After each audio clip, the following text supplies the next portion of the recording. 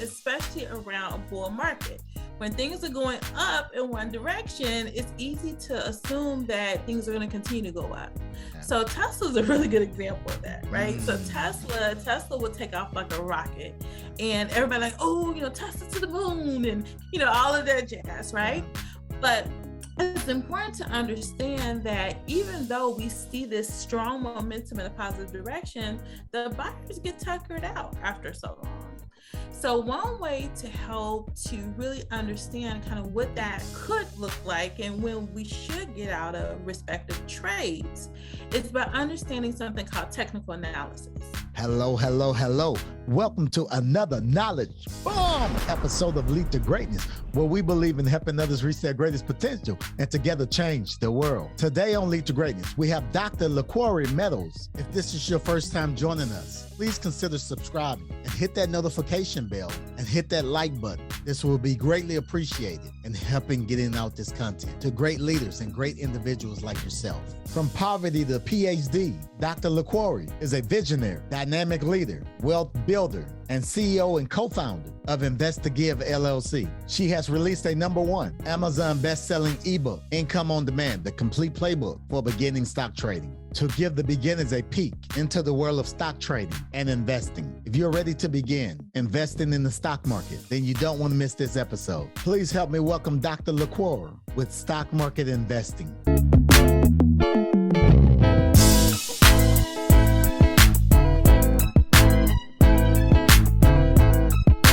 This is Cedric Francis, and you're listening to Lead to Greatness. Well, first and foremost, I just want to say thank you once again for the opportunity to connect with both you and your wonderful audience. I'm so excited to be here. So just a little bit about me. So my name is Dr. Laquore Meadows, and I serve as the CEO and co-founder of a business called Invest to Give. And my business is named that intentionally because I am on a steadfast mission to invest so that I can give back to the causes and the people that I care most about. And I also really work hard to help other people to do the same. So I'm a stock and options trader, but I really consider myself to be a gift opener. I just use the stock market as a tool to remove the barrier of money so people can truly live in their gifting. So that's who I am. Wow. So you have real estate, you have all type of ways to invest. How did you get into the stock market arena? Yes. Great question. So I was blessed to see the collision, if you will, of interest and intention. That interest and intention ultimately created impact. So what that looks like was there was a woman who was a volunteer at one point, ultimately became a donor to the organization that I used to lead. And she decided that she wanted to donate $5.3 million to the organization that I led. And when I figured out, that she was going to get this gift, I was just so inspired by it. And was like, okay, if you have $5.3 million to give to us, how much money do you have? Wow, like, oh my goodness, And so from there, I was really inspired by just her generosity. And I wanted to be able to be in position to do something very, very similar. And so I learned that she had accumulated a lot of her wealth through the stock market. And I was like, there's something to this. Okay, let me figure this thing out. And so from there, I started to research everything I possibly could about the stock market, learned about long-term investing, also learned about trading, just everything I could, and just fell in love with it. And so that's what served as the genesis of why the stock market. I was actually a long-term investor prior to that because I just was kind of playing around, didn't really know a whole lot, but we really jump-started the business, Invest to Give, and jump-started my really deep interest was that experience. Absolutely. Let's talk a little bit about stock market, because you have a lot of people, a lot of listeners right now that's probably afraid of the stock market, afraid of cryptocurrency and all these things. When you talk about that, especially the beginning of COVID, when the stock market would drop down, and around this time right now, talking to that individual, why should they consider investing in the stock market at this time or at any time? Absolutely. So I think one of the first important things to understand is that the stock market is a really great way to build long-term long-term wealth. The stock market does three things. It goes up and it goes down and it goes sideways. That's pretty much it, right? That's all it does. But if we look at the trends over a long period of time, even going back to our recession in 2008, 2009, the trend is up. Right? So we're going to experience moments like we're in now where we almost fell into a full bear market, not quite, but almost. And we still may get there. But at the end of the day, the stock market has a proclivity to appreciate. And so if we have just a little bit of patience and some strategy with it, it definitely can serve us to our advantage in the long run. So absolutely. And then when we think about stock trading, which is what we use the stock market in order to generate income on a short-term basis, if one understands how to leverage the market, regardless of the direction that it moves, you can make a significant amount of funds that way as well. So you use the term bear market, and I know there's bear market and there's the bull market. I want you to explain those two for somebody that may not know what you're talking about. They probably think you're talking about the zoo or something. Yes, absolutely. Absolutely. So great question. I'm so happy you asked me that. Okay, so let's think about kind of what's happening behind the scenes of the market. So I mentioned earlier that the market goes in three directions. It goes up, it goes down, and it moves sideways. So when we talk about bears and bulls, those are actually the entities that's making the market move. All right. So when we think about a bear market, that is when there's a lot of selling action going on. So when I teach, I also teach children. So when I teach children, I often put my paw up, my hand up and saying, okay, so a bear has their paw, right? And so their defense mechanism is to use that and they will claw down. So a bear market is when the stock market falls. On the other side, okay, let me be specific though with that. It falls 20% from a recent high. Okay, so that's what that means from a kind of pure definition perspective. Okay. On the other side of the fence, we have the bulls. The bulls are buyers. And so again, when I teach kids, I put my hands on my head, say, okay, a bull has horns, right? So they're pushing price up. So they're buying, and that's what makes the market move in a positive direction. So you said one more, you said sideways. Explain that to us. Yes, absolutely. So there's also times when the bear and bull, one may not be winning, right? This battle of buying and selling, they can actually agree upon price. They can say, okay, we're good. Price should be right here at $125. And so if they have that agreement, then that's when we see sideways trends happening in the market. And there's not a lot of trending up or trending down as what you would see if there's a lot of buying happening or a lot of selling happening. Thank you for sharing that and just kind of giving us a one-on-one on those definitions. Let me ask you this question. Why is the stock market a vehicle that is important for people to understand and utilize? Yes, because I think it's definitely a way to accumulate long-term wealth, right? It's also beyond the financial components of the stock market.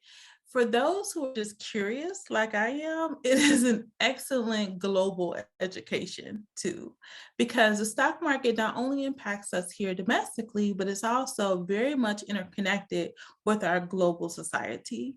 So that is something that is just intriguing to me as well. But just hands down, it's a great way to build wealth. One of the things I like to teach my students is, well, especially as it relates to the trading side of things, we invest a lot of money into these companies, right? We go to Macy's, we go to Walmart, we go to Target, we go to Starbucks, you name it. So my question then is, why can't Apple, when I want to get my new iPhone, why can't Apple pay for my Apple, right? And actually, every time I need a new Apple product, guess what? I go and I trade Apple and Apple pays for Apple. So I'm very intentional about that, right? And so that's another reason why I think it's so helpful, because we're paying them, but we have a tool at our disposal that they can also pay us as well. Wow, I love it. I love it. I love it. What are some common mistakes new investors make? So common mistakes is jumping in too soon. Right? Jumping in and not really spending the time to make sure that one is well educated on the market, well educated on the security that they're investing in. Those are really important aspects, right? So that's a big one, is jumping in too soon. Also, not really having a good understanding of one's own risk tolerance, because the stock market can sound a lot of fun and sexy and things like that. But at the same time, we got to make sure that we understand, okay, if I am a more of a conservative investor, perhaps there are specific strategies that I should be using in order to make sure that my portfolio is more conservative than aggressive, right? So having a good understanding about that is also really important too. I got into cryptocurrency, and I remember, and actually I got into cryptocurrency with the whole meme coin with the Dogecoin thing. I jumped in and I actually made a lot of money real quick. I got in the beginning of it, but I also, once I made the money with the Dogecoin, this was in the bull market, the end of the bull market, which I didn't have no clue what this was, right? I was like, oh, wow. And then everything was going up. It was just going up. And I seen Ethereum. Ethereum was going up. I seen it went from 1,000 to 2,000 to 3,000. And I purchased Ethereum right at 3,800, and it plummeted right after that. And I was stuck for about 6 months. I was stuck with this bag. And then, when it went back up in October, I was able to, make money then. But I made a big mistake, and it was scary. It was scary. I jumped in, didn't know anything about it. I jumped in and I thought I lost it all. And if I wouldn't have reached out to some people that had experience, I would have probably sold it, at that low, scared I'm going to lose all my money, but it didn't happen. I want you to talk a little bit about that. I believe the term is called. You're missing out. FOMO. Yeah, it's very easy to get caught up in FOMO because there's a lot of hype. There's a lot of excitement, right? Especially around a bull market. When things are going up in one direction, it's easy to assume that things are going to continue to go up. Yeah. So Tesla's a really good example of that, right? So Tesla will take off like a rocket, and everybody like, oh, Tesla to the moon, and all of that jazz, right? But it's important to understand that even though we see this strong momentum in a positive direction, the buyers get tuckered out after so long, right? And so that momentum can definitely slow down. So one way to help to really understand kind of what that could look like and when we should get out of respective trades is by understanding something called technical analysis. So that's a fancy way of saying understand how to read stock charts, right? So if you look for, and I'm going to use some terms here just to help people if they want to research it. Okay. If you look for levels of, when we're looking at a bull market, prices appreciating, you look for levels of resistance, okay, resistance. And that means that is a level where historically there was selling happening. So if we understand that, we understand kind of how to read charts in that way, then that can help us to make decisions on whether or not if that momentum is going to continue, more than likely or not. Okay. Now, if it's past and it's at an all-time high, that's a little bit different. Okay. So you might want to look at how the candlesticks are forming if you know how to read Japanese candlesticks. So that's some general advice for people. If anyone's listening and they're like, okay, I hear these words that she's saying and I want to understand more about it, a great resource to check out is Investopedia. It's like encyclopedia, but investopedia.com. And you can go on and research those words and you'll get the definitions and understand them better. Wow. Thank you. Thank you for sharing that. I want to talk about, for you personally, how do you invest? Do you do day trading? Are you looking long-term, or do you do both? Both. Definitely both. Yes. I believe in building a financial fortress, right? So it's not just about having one tool in my toolbox, but let's figure out how to do multiple to make sure that regardless of what's happening, we good. Okay. So the way that I look at it in 3 pillars: income pillar, opportunity pillar, and my legacy pillar. Okay. Income, opportunity, and legacy. I'll start with legacy. Legacy is that long-term approach. So that those investments that I'm like, okay, I'm not going to touch these for 5-10 years from now. All right. So this is money that I'm putting in consistently and just allowing it to grow over time. Then we have the income pillar. So this is how I pay my bills. So Mm. I'm using the income pillar by trading. So I'm looking for opportunities in the market that makes sense for me to trade at high volume, right? Trade it up, trade it down, take my profits from there. Okay. And then I also have the opportunity pillar. So right now, and we're kind of coming out of this, but when the market was falling pretty drastically, where we almost hit the bear market, we literally had a Black Friday sale in the stock market. Yes. Okay. So that is so many tremendous opportunities at play for really good quality securities, really good quality companies. And so being able to leverage that downfall would definitely be an opportunity play for me. So that's kind of how I think about it, is building up fortress using those three pillars as strategies. Awesome. And you said something, and I want you to touch on this because there's a term, buy low, sell high. Can you explain how you work within that format of that term? Yeah, absolutely. So buying low is essentially finding securities, like for example, with the recent pullback in the market, it's finding securities, and I'm saying securities specifically because there's a range of things that we can purchase. It may not just be stocks, but it could be other things, but buying at a reduced rate and then selling it once it appreciates. Okay, that's what buying low, selling high means. Now, oftentimes people, however, when the market is falling, people get scared, right? And so that's when they're selling low, and that's when you lose money, okay? Especially if you are not looking at it in a long-term approach, you're just panicking and getting out. So as I mentioned before, the market just has a proclivity to go up. So if you can hold out, right? Hold your nose a little bit, right?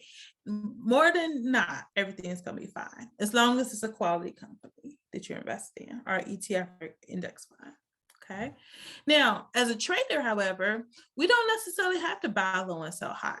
We can also do something called shorting, which means that we are borrowing high, buying low. Okay. So it's a more bit of a complex term, but essentially what we're doing is that we're allowing the stock market to fall and we're making money as it falls. Wow. Man, you're really helping us and giving us some great information. I know that's another term, dollar cost average. When you're buying stock, that's more for long term. Can you explain that to the Lead to Greatness community? Yes, absolutely. So that is definitely long term. So what you're looking at is so say for example, you bought Apple stock and you bought Apple stock for, let's say, $175.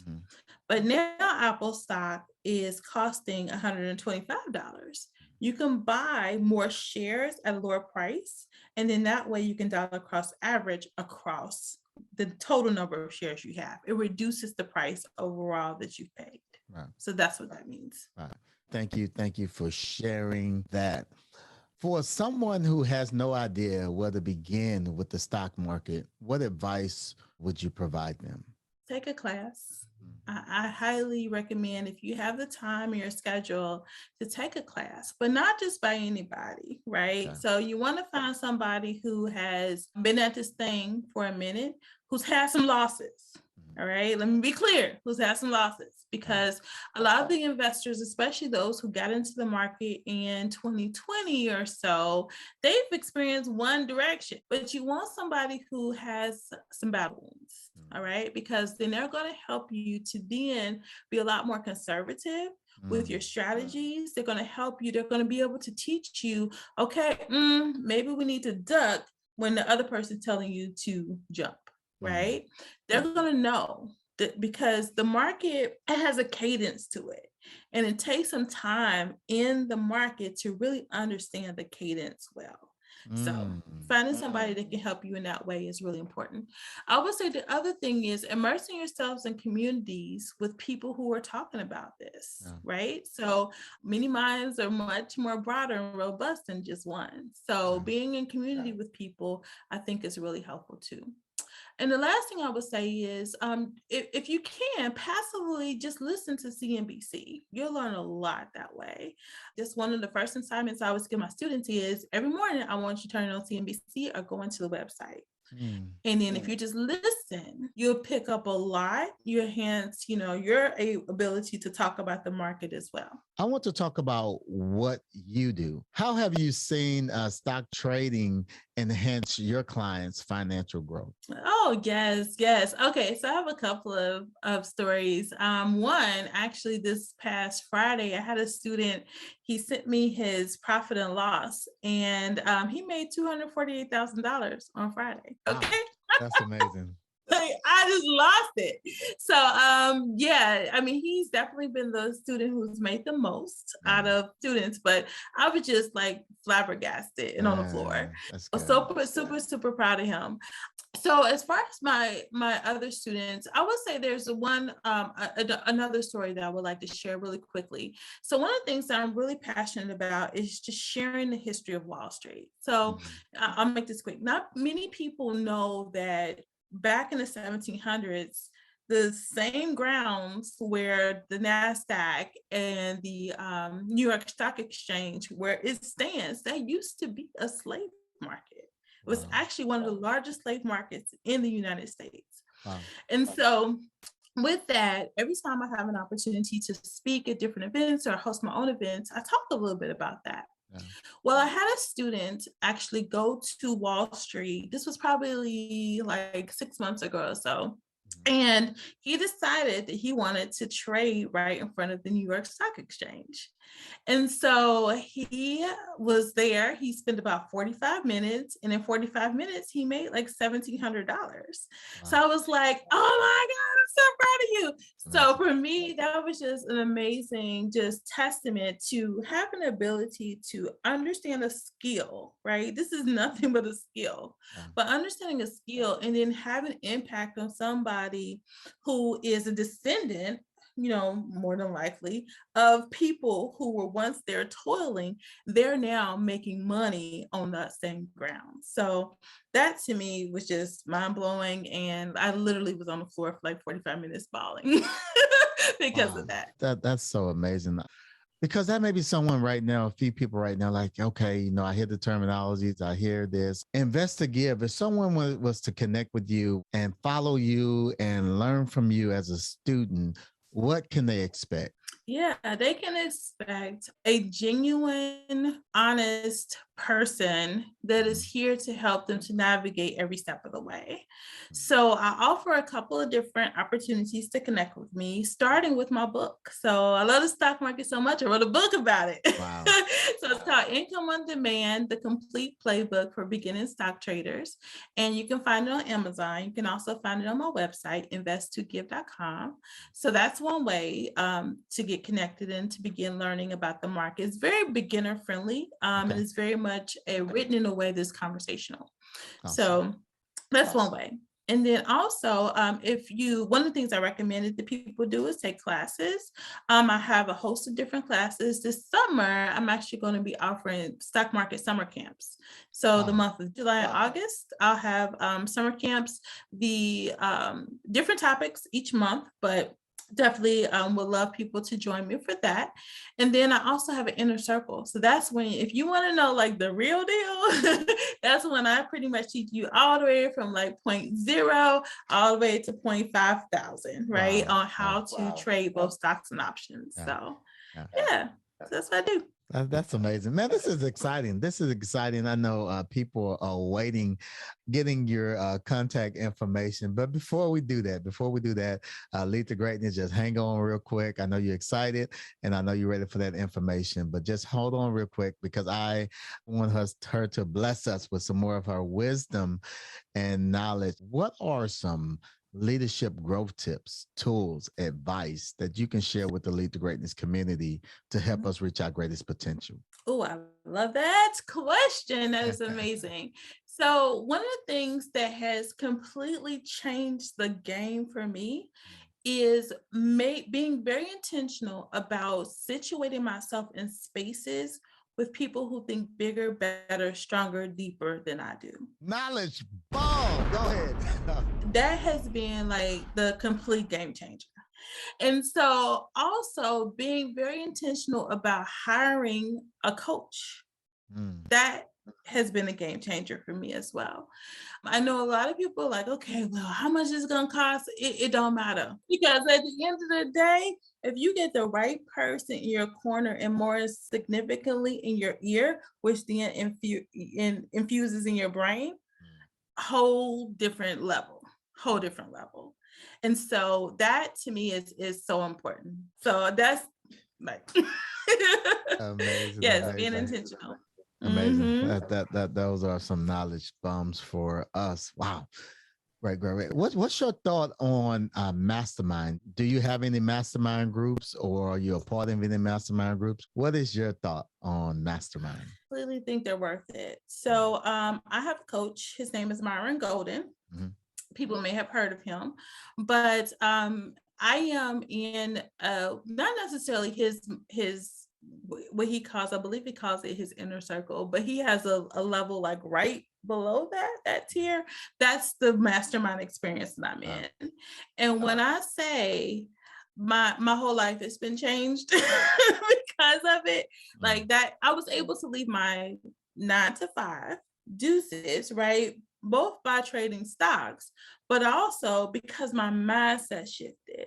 I was no longer afraid to take that step. So absolutely, I think it's so important that people engage in those types of experiences. I have to go here because there are people thinking that their environment can change, that their finance can change, that their family can change, that their legacy can change without a mindset change. I want you to talk to that individual that may be on the fence about thinking, maybe I don't have to change my mindset. It's going to come, or bam, it's going to magically appear. Mm-hmm. Absolutely. So I'm going to borrow something from my coach, Byron. Okay. And this is what really helped me as well to completely level up.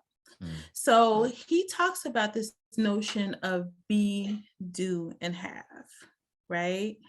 You have to become the person who can do the thing that to have what you desire to have. And that whole notion of becoming is the most important process of it, right? So putting yourself in places and spaces with people who think differently from you, right? Think next level from you is so incredibly important. He also talks about this notion of the gravitropic and the phototropic, right? So when we think about the gravitropic state of a seed, right? The whole goal of that little seed, this planet, is to do what? To cease to become a seed, right? It's the whole job is for it to become whatever it's meant to become. But to get there, it has to spend some time in darkness first, right? It has to be nourished by external elements for it to grow, right? It has to be patient and allow that process to occur. It has to give grace to itself for not being what it aspires to be, but being okay with where it is in the moment, but continuing to stretch forward to that next level, right?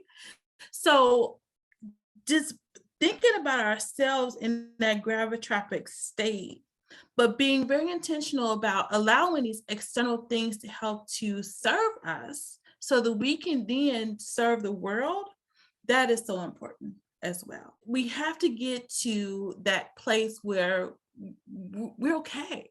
We're okay. And we're investing in ourselves so that we can become that phototropic element that seed was always meant to be. Wow. Knowledge. Wow. That is so amazing. If someone wanted to connect with you or what you're doing, where should they go? Yeah, so you can find me on Instagram at Invest to Give. You can also find me on Facebook. So I have a community. I'm a member of a Black Greek letter organization. So I started a community called Stocks and Sorors. And so you can find me on Facebook at Stocks and Sorors. You can also find me by my name, Laquore Meadows. And then you can always find me just by connecting with me through my website, which is investtogive.com. I'm getting ready to actually launch a tour. So it's called the Dear Wall Street Tour. So I would love your audience to come and join me. I will be in 5 different cities, 2 in Ohio, because that's where I live. It's Columbus and Cincinnati right now. We have Cleveland that's on the horizon. I will also be in Charlotte, Atlanta, and the DMV area as well.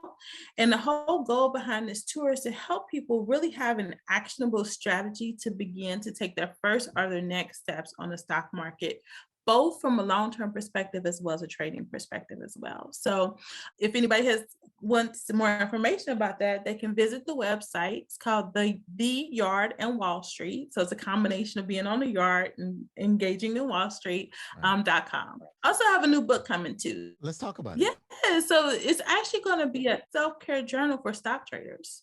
So oftentimes I'm asked about a journal, a stock trading journal. Okay, Laquore, what types of things do I need to be doing to documenting my trades? Well, I also believe that while we're documenting our trades, making sure that we are very cognizant about our mindset is key. I believe that stock trading is 20% skill, 80% mindset. And so this self-care journal is really going to be focused on helping people to make sure they get that mind right, so that they can be in best position to be profitable in the market. The Lead to Greatness community definitely is going to be better because of you and because of this interview right here. On behalf of the Lead to Greatness community, I want to thank you so very much for taking time out of your busy schedule and adding value to us all. Awesome. The pleasure was all mine. Thank you so much for the opportunity. Thank you. Thank you so much. And don't forget to subscribe to Lead to Greatness if this is your first time. And this podcast was helpful to you, leave a big thumbs up. And also, I want you to check out our Marriage Coach podcast, the podcast with my wife and I.